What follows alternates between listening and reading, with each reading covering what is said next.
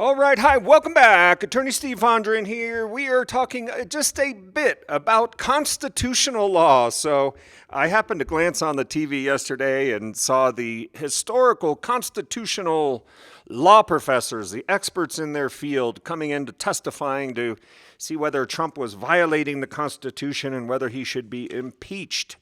And I've had some questions. People ask me, Attorney Steve, well, what exactly do you have to do to get impeached? And everybody talks about, well, it's got to be constitutional. We're fighting for the Constitution. It's all about the Constitution. So I said, you know what? Let's take a quick look at this. Here it is, Section 4. Okay, this is Section 4 of the Constitution. Look how simple that is.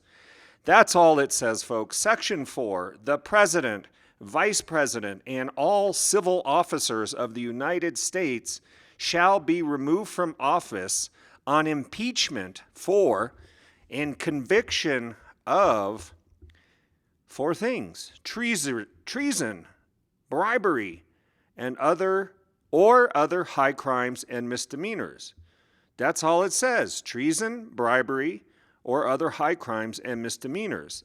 So, to my thinking and to the thinking of people who say, well, if we're following the Constitution, let's just look at it. There's what it says. And my opinion is this needs to be explained to people if they're going to go forward with articles of impeachment, which it sounds like they are. And just so you know, the House drafts the articles of impeachments. That's like a complaint, okay? But it is the Senate who hears the trial, okay? So in the trial, you would have the Chief Justice of the Supreme Court of the United States, John Roberts, the Chief Justice presiding. And this would be very, very dramatic if it ends up going this route, which it looks like it is. The ratings for the media are going to fly through the roof. I think who knows who's going to be called to testify. There'll be questions about what is the standard of proof? What is the standard of proof? And to me, to my thinking, is I look at this and these all are crimes, okay? A misdemeanor is a crime. A high crime is a crime. A bribery, we all know that's a crime. Treason, doing something against your country, that's a crime. These are crimes. So to me, the standard should be beyond a reasonable doubt, meaning that they would have to prove the elements of the offenses beyond a reasonable doubt. Now, the one thing that people have been asking is, well, they're talking about abuse of power and doing things for his own personal gain. And I say, yeah, those are the allegations that are being made. But I think in these articles that are probably going to be coming out pretty soon, you're going to need to somehow see them pigeonhole this into treason, bribery, some kind of crime. Like I think obstruction is one that would be used in the past. But remember, there was that Mueller report where it sounded like he didn't really want to discuss the issue of obstruction.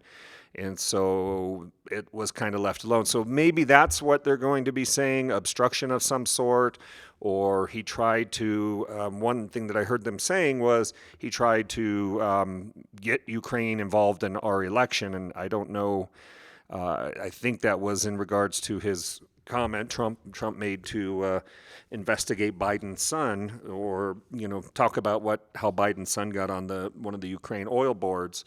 And so I think somehow they're going to pigeonhole in that, but it's, this is what the Constitution says, and it's a very short clip. It's left to, this is like a lot of the Constitution. It's, to me, it gives you some good guidelines. There's some people that say this is the final word. If it's not here, it's not here.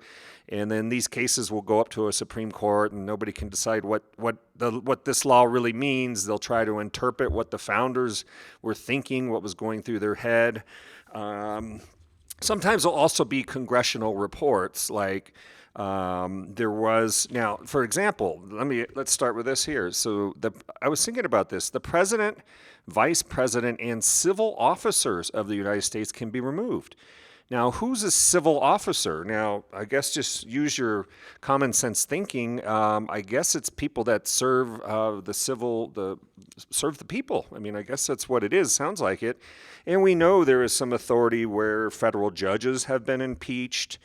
Interestingly, I looked up on Wikipedia because I was interested in the topic, and it looked like in 1797, there was a Senator Blount, B-L-O-U-N-T, who assisted Britain in capturing Spanish territory. He was impeached. So there was a senator, and I guess that would make sense because that's a civil officer. But wait, in 1798, a year later, in the 5th Congress, 3rd session, Congress decided, no, senators and congressmen, they can't be impeached. No, they can't.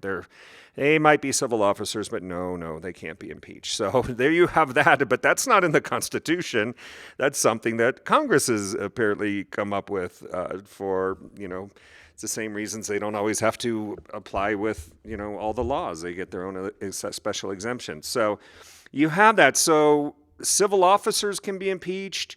Judges, we know there's particularly judges, but apparently nowadays, for example, somebody may say, well, Schiff was not telling the truth, and why doesn't he came out and apologized? Why doesn't somebody impeach him? Well, apparently this rule's in place. So, and that's why, so it's going to be interesting to see what comes out in the vote. There has to be a supermajority in the Senate, 2/3. And so it's just like anything else. There's the allegations, there's the articles of impeachment, there's a trial. If this happens, Trump will be able to call his witnesses, confront his witnesses. We'll see how it goes with the whistleblower. That's been a subject of conversation. Does the whistleblower ever have to show his or her face? I think it was already revealed on the internet, but who knows? So a lot of issues. This is going to be one heck of a battle. I'll tell you. I think it's going to happen. It looks like it's going to happen. So if Trump is impeached, then what happens? Vice president becomes president. So Mike Pence then becomes the president. What happens if Mike Pence dies of a heart attack because he can't believe he's now the president? The new president becomes Nancy Pelosi. So that's how it works, folks. So this is a whole lot of stuff riding, but I wanted everyone to see that the Constitution, some say it's not open to interpretation, but, a lot of these things are. A lot of these things go up to the Supreme Court. A lot of these things end up in 5-4 decisions by the bench. So law is not always as clear and as nice and as neat, as easy as everybody thinks it is. When people swear and they'll hold up their hand to uphold the Constitution, sometimes you have to say, well, what does that mean? Are they upholding the Constitution now? Is there a high crime at bay? Is there a misdemeanor of some sort? Is there bribery or treason? We will see. We will see with these articles of impeachment that I believe are going to be coming down. And again, just a little information here from your local attorney Steve, trying to keep you informed through the process.